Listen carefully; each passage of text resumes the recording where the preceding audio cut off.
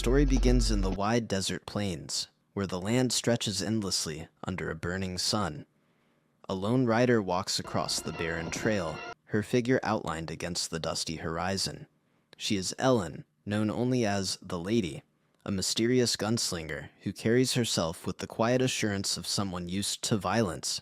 Her face is partly hidden beneath the shadow of her hat, and the holstered revolver at her side suggests that danger is something she not only expects, but has lived with for a long time. She rides steadily, her eyes fixed on the distant path, the silence of the wilderness broken only by the sound of her horse's hooves. On her journey, she comes across an old man in the outstretch of the horizon, digging the soil like he's looking for something in particular. The old man hears her approaching from a distance, so he instinctively picks up his gun and shoots, knocking her off her horse. He had assumed the rider approaching would be a ferocious man who would overpower him and take his gold, so he acted smartly. But to his surprise, on getting there, not only was the rider not a man, she was also playing dead just to lure him close enough to make a move. She knocks him out with the element of surprise and chains him up to a nearby carriage. She then gets back on her horse and continues her journey. Going through a graveyard, she arrives, the town, which looks beaten down, as though life itself has been drained out of it. The streets are layered in dust, and the people move with lowered eyes. Men with guns linger on corners, as if they are the real law here. Ellen ties her horse outside a saloon and pushes through the swinging doors leading inside. She asks for a room, but the owner dismisses her, telling her the room for whores is in the next building. She gets pissed and gets a little violent, showing off some skill, as expected. Then the man realizes she's no ordinary woman and answers her quickly. While she's still in the saloon, a man dressed in black, emanating the aura of a badass cowboy, steps in with his western boots. He orders champagne and specifically requests that it's a sealed bottle that has not been opened yet. He notices the pretty lady and asks her to join him as he brings out a set of poker cards. Ellen sternly turns him down and heads out, where she finds somewhere to sit. A blind boy approaches her and starts to shine her boots while upselling his market. He tells her to come to him if she needs any cigars, or whiskey, or ink, but she just orders him to keep shining her boots. The blind boy tells her about John Herod, who gets 50 cents on every dollar in the town. She asks what the town gets in return, and the boy replies to her that it gets to live. He is the reason the town is suffering so badly. An ugly rider pulls up on a horse and steps into the saloon. The blind boy immediately warns Ellen that he's bad news and that she should step back. In a matter of seconds, a man gets flung out of the building. He gets on a horse and makes his exit, but the ugly man walks out calmly, and although now from a distance, fires his gun and takes out the man escaping with a single shot. Next, he pulls out a knife and makes a mark on his left arm, signifying that a number has been added to his kill count. He notices Ellen and tries to make a move, but she turns him down faster than a bank declining an expired ATM card. Ellen is led to her room by the young daughter of the saloon owner. On her way there, she comes across a room where she overhears some of the community people offering money to a mercenary for certain reasons. She tries to pry, but they shut the door against her.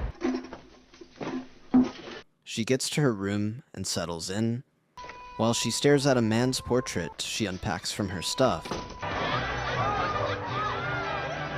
That night, she sees a bunch of men gathered at the bar, so she tags along.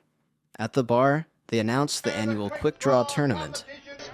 We'll fight once a day, which is a contest where men test their speed with pistols until only one is left alive. Each man within the contest will fight once a day, and anybody can challenge anybody. The prize for winning is an even huger sum of money than it has always been, so the men get riled up and begin to sign up for it. I'm Swedish champion. First is a Swedish champion named Gutson. Next is a short-tempered drunk named Dread. A couple of other men sign up, including the man Ellen had noticed the community people offering money to earlier that day. Anyone else? A pretty young boy, beaming with main character confidence, signs up as well. He pulls a seat next to Ellen and tries to rizz her up, but the lady doesn't seem interested in anything going on around. Then he comes into the bar. The man who controls redemption makes his show's dramatic entrance, which is clearly an aura-farming tactic.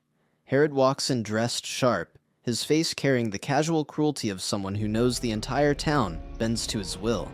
He is confident, commanding, and his presence alone shifts the atmosphere. He signs his name to the list as well. It might just look like a fun contest, but everyone knows the real reason is that Herod uses the contest to remind the town that no one can outdraw him. Herod has barely settled into the saloon when a commotion rises outside.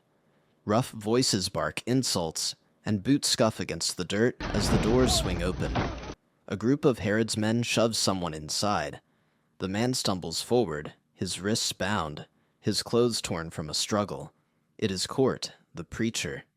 The saloon goes quiet for a beat, everyone watching as the men toss him. He lifts his head. Have you taken a vow of silence? And despite the bruises and dirt on his face, his eyes still carry the calm defiance of someone who has chosen a different path. He is a man who once lived by the gun, but has laid it down, trading violence for scripture. Herod rage baits him, telling him how he put an end to the group of innocent orphans he was looking after just to get him back. He dares him to prove he's still got the hand of a killer, but Court refuses, saying he has renounced violence and no longer sheds blood. Herod orders his men to string him up, and they place a rope around his neck and put him on a wooden chair. The evil mastermind then begins to shoot at the chair, weakening it while he asks Court to sign up for the quick draw tournament. Court still rejects his offer, making it obvious that he'd rather die. Ellen gets so uncomfortable watching the torment, so she announces that she will be participating. The men in the bar make fun of her and tell her the rules don't permit ladies in the tournament. Herod immediately dismisses their claim that the rules don't discriminate against women, but it's just that they're terrible shooters. The whole crowd erupts with laughter.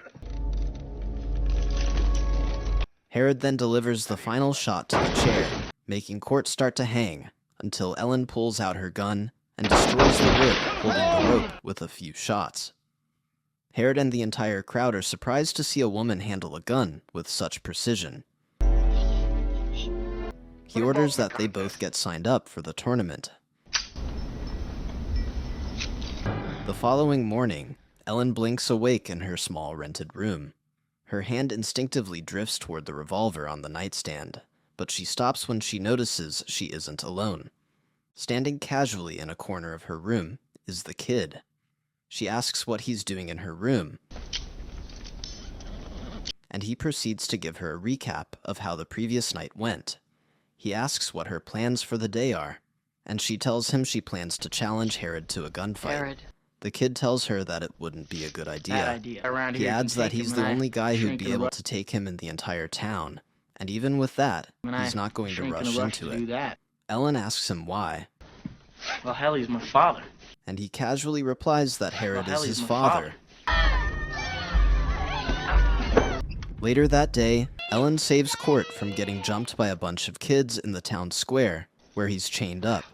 She asks him why he doesn't even bother to fight back, and he replies that killing people is wrong. She tells him some people deserve to die as she leaves. We're a little lean this week. Ellen gets challenged by a shabby-looking man, who sees her as an easy win.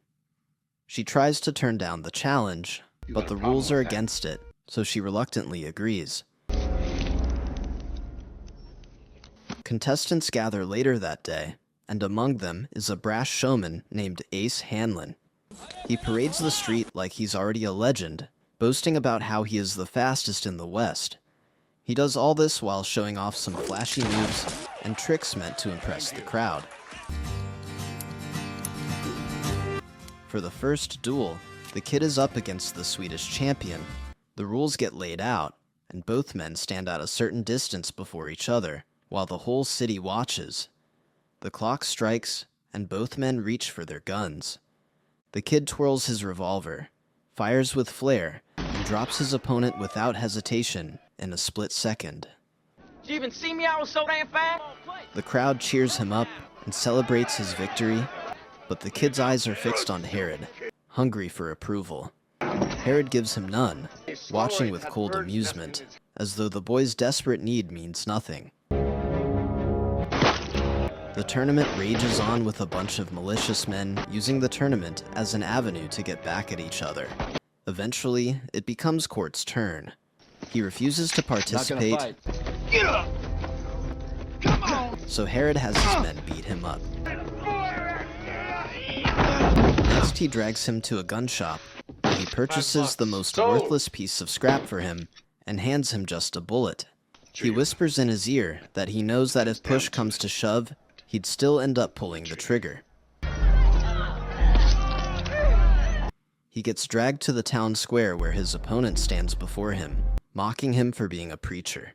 The entire town joins the man in mocking him if they have a beef against righteous people. The clock ticks, and the unexpected happens. Colt doesn't realize when his body moves like it's got a mind of its own.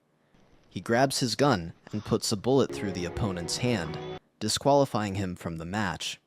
The duel gives Herod and his men the satisfaction they've been craving. It's true that you gunned down 4 men. I wanted to ask you Next, about Herod him as himself well. is up against Ace Hanlon, who doesn't stop yapping about his achievements. The time ticks, and not only does Herod obliterate him, he also humiliates him by shooting him with his left hand while lighting a cigar with his right. He then drops him with a repetitive shot. The townsfolk gasp, reminded immediately of what is at stake. In Redemption, the contest is not entertainment. It is survival. A bunch of men loot a bunch of valuable items from Ace's body, including his clothes. Ellen's duel is up next, and her opponent mocks her openly, convinced that the contest will end with her humiliation. But when the signal comes, she draws and fires with the speed that silences the crowd. Her opponent collapses before he can even clear his holster. The lady calmly reholsters her weapon and walks away while the onlookers praise her. That night, Ellen gets invited to Herod's chambers, and she sees it as a golden opportunity for carrying out her life mission of obliterating him for what he did to her family in the past. She hides a gun under her dress I wanted to see what kind of man you and gets close enough to use it against him, but she panics at the last minute and runs out. The next day, Herod is paired up with a professional gunman Mr. Herod. whom the people brought into the town. They had secretly hired him to take down Herod and save them from their misery. And you're not half the man I am. When it's time for the duel, Herod changes the rules, stating that the duel is not over until someone is dead. Planning to kill The you man anyway. agrees and gets dropped with a hole through his skull. The crowd sighs, realizing that only a Viltrumite would be able to save them from their misery. The kid gets paired up with the ugly scarred man next, and he drops him easily. Later that night, a gunfighter in the town takes advantage of the saloon owner's teenage daughter, and Ellen snaps. She gets into a gunfight with him and kills him before she realizes it. The following day, Court is paired up with an Indian man and is given the usual scraped-up gun with a single bullet. Ellen, on the other hand, has had enough. She gets on her horse and rides out of town during the fight. Court, being the first to put a bullet through his opponent, remains standing, but something seems off. The Indian gets up and starts to shoot at him again. Court asks Herod and the townspeople for another bullet, but they just laugh and ignore him. He gets saved by the blind boy, who, after taking his time to locate a bullet, tosses it at him. Court catches the bullet midair, loads it into his gun, and takes down his opponent for good with it this time. Herod mocks him, welcoming him back as a killer. An old man approaches Ellen at the graveyard, where she hangs around and hands her a piece of metal with her family crest. He apologizes to her for what Herod did to her family and tells her not to give up just yet. He tells her she's the only one who can take him down, and that if she runs away now, her whole character development would be pointless. She returns to the town that evening and starts to do all the things she has never gotten the chance to do because she knows very well that she could die any time for the kind of decision she's going to make soon. The following morning,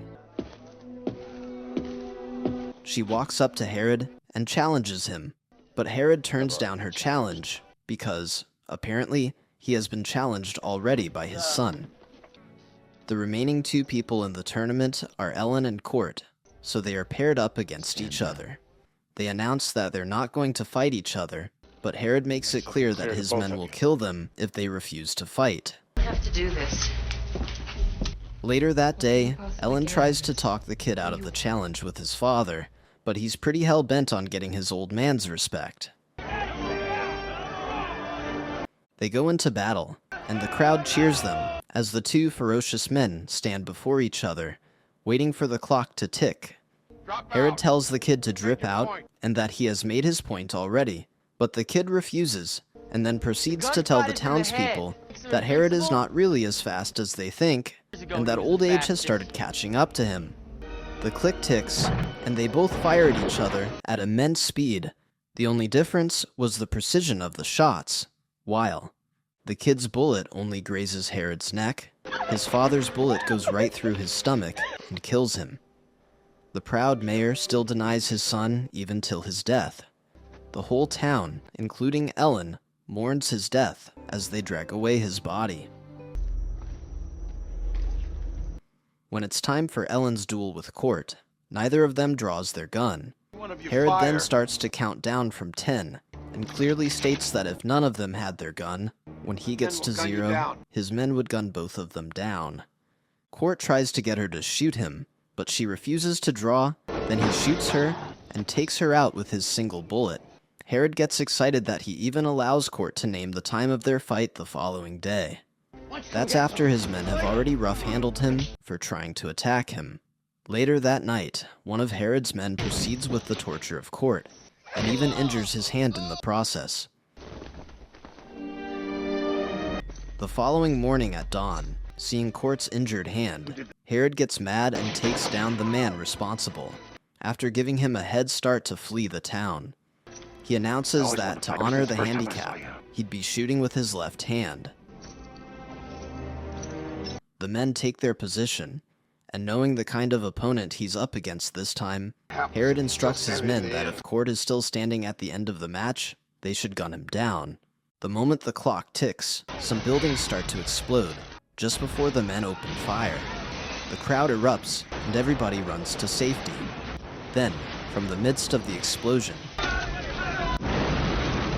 Ellen approaches, with so much main character aura emanating from her. Herod can't believe his eyes. He starts to panic if his old age has started to catch up with him, because he had literally watched her die the previous day. It is then revealed that she had purchased red ink from the blind boy the previous day, and planned with Court to fake her death for this exact moment. Court uses the distraction to eliminate all of Herod's men, leaving him by himself. Confused, Herod asks Ellen who she is and what she wants. She then reveals how he stole her life from her as a little girl. When her father was standing on the chair with the rope around his neck, Herod had given her a gun and asked her to shoot at the rope and save her old man. But due to a skill issue, she had ended up lodging a bullet into his skull and saving Herod the trouble of killing him himself. She had lived with the guilt ever since then, and had devoted her entire life to ending him. She challenges him to a duel and wins by putting holes in both his chest and his skull. She tosses a piece of metal to Cord, signifying that he's now the one in charge, as she gets on the back of her horse and rides out of town. The people cheer her on as a hero. The end. Thank you for sticking to the end of my video. Please do me the biggest favor by leaving a like, comment, and subscribe. And I hope to see you in the next video.